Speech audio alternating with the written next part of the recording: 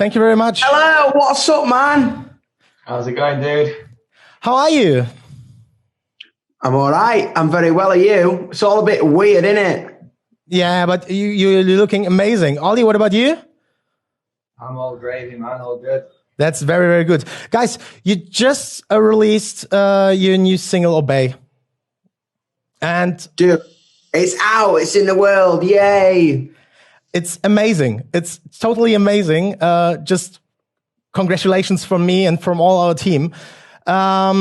It's really also amazing to hear your both voices blending together. I think it's sounding so harmonic and so, well, it's I don't know. Could you tell me how did you guys get together for the single?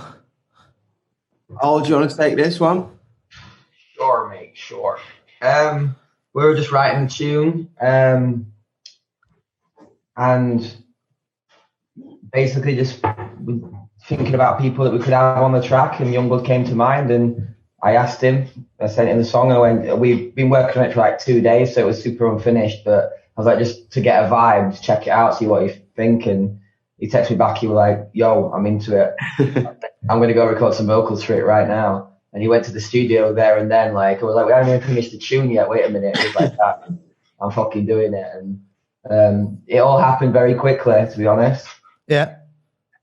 Amazing. Yeah, I loved it. As soon as I heard it, I was like, this has got energy and it's got bite, and I loved it. And obviously I've been like big bring me for my whole life. You know, I mean, the kind of part of my whole artistry, if you like. And I don't know, I just kind of it kind of struck a nerve. I got a lot of energy in ADHD, and I've been stuck inside forever. Yeah. And I was like, right, I'm on my way to the studio, let's do it. And I just wanted to be like, ah! I mean, the song is pretty aggressive, and I like it very much. But I think it's especially thinking about Ammo and before for Bring Me the Horizon. This is a big step. Okay, Parasite Eve went also in the same direction, but I got the feeling that the Bay is the next step in this whole Bring Me the Horizon. How shall we call a wave of progression? A wave of heaviness. It's got our claws out, didn't we? Yeah, I mean, it's heavy. I think it surprised me how heavy it was, because we've been very much just making, like, going with our gut with this new music, and not fighting our instincts and just doing whatever comes naturally. And you know, I maybe in my mind I thought having Dom on the song might make it a little more pop and a little softer, but it actually just ended up being like way harder, which is cool, and I think it's going to surprise a lot of his fans and probably a lot of our fans too. Yeah. But you know, I love that about it. You know, it feels like he's just in his element, and it elevated the song, and the match was just perfect. It all came together really nicely, and like I said, really easily.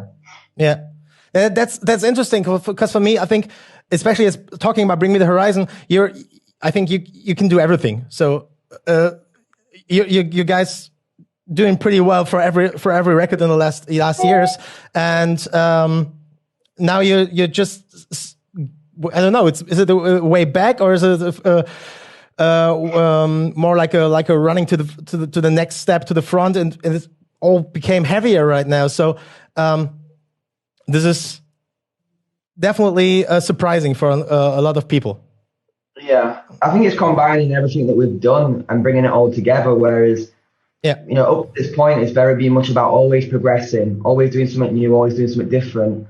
And I would say we're going backwards, because I don't think what we're doing now sounds like anything we've done before. But it's like, it's taking those kind of like pop sensibilities and the songwriting skills that, you know, have developed for me and for like the band over the years, and applying them to something heavier, because, you know, as we got better songwriters, in my opinion, we were also wanting to do different music and move away from what we were known for. And, you know, people embraced it, and, you know, people love it, but there's people that just want to hear us do heavy stuff. And it's like, you know, part of me was like, well, what happens if we go back and we do some fucking heavy stuff? But now that we know how to write catchier music, how to write you know, like getting better at songwriting, because from Suicide Season, when people asked me what I wanted to achieve with the music, it was always like, I want to be the heaviest, catchiest band in the world. Yeah. I want to have both of those elements. I want to be heavy, but I want it to have hooks, and I want it to be catchy.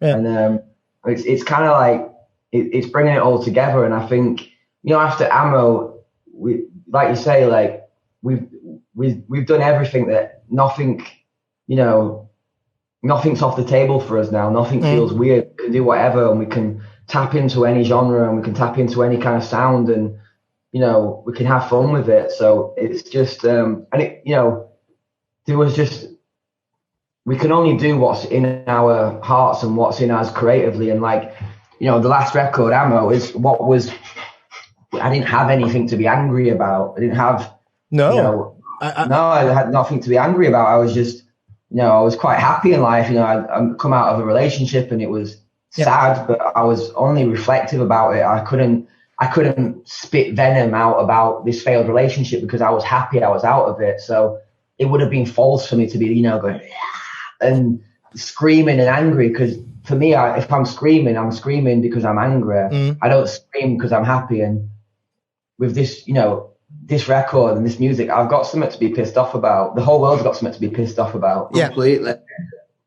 Yeah, that's the thing. I just didn't want to talk about the old heavy stuff. Like, for me, this is a very, very well fitting progression. And I think, Yungblud, you're also writing a lot of very political songs, and you get a pretty straight opinion, which you're also delivering in the music. And Obey, like for me, like it's a very system critical song. So always, and as I say, like the system right now has been very heavily questioned, as it fucking should be. You know what I'm saying? And like as I say, my generation, man, like we are so intelligent about the way we are questioning it. We aren't just going, fuck you for fuck you's sake. We are very methodical and very, very, very inspired and very together and very unified. And I think that's sick. And I think when me and All came together and did this, like that was very apparent, and it's very fit into the times of what's going on with the Black Lives Matter movement and what's going on in kind of Lebanon and what's going on in Poland with the anti-LGBTQ plus things and climate change. This song is about saying fuck you to the bullshit and saying you have a right to be angry, and you have a right to be to want to come together, and you have a right to exist for being exactly who you are, no matter who you are or what you're going to be. And if you don't like it, fuck it. You're going to get fuck you. You're going to get left behind, because my generation are like kind of representing years and years and years and years and years and years of bollocks that could get swept under the rug, but you can't anymore because we're the media. So I think that's a we're in a very interesting situation right now. Ollie, you're like doing music for over 15 years, and you've been to you definitely been to a music to an era where music television was big, where rock was in the mainstream and everything, and you all discovered this in the last 15 years. And right now, thinking about Germany and the German music mainstream, rock music is not there. There's nothing like rock music in the German music scene, but it's just a scene and nothing in the mainstream. And would you say that there's something like the whole situation, the whole political situation, and all this rage from the young people might be something like a do you think that this might be the chance for rock music to come back in a bigger for angry music, for music which is critical and which just... I actually, in an interview earlier, said something very similar where I think rock music is always, like, as bleak as it is, I think rock music has always thrived after, depressing moments in history where, it's been a world war or a tragic thing and people need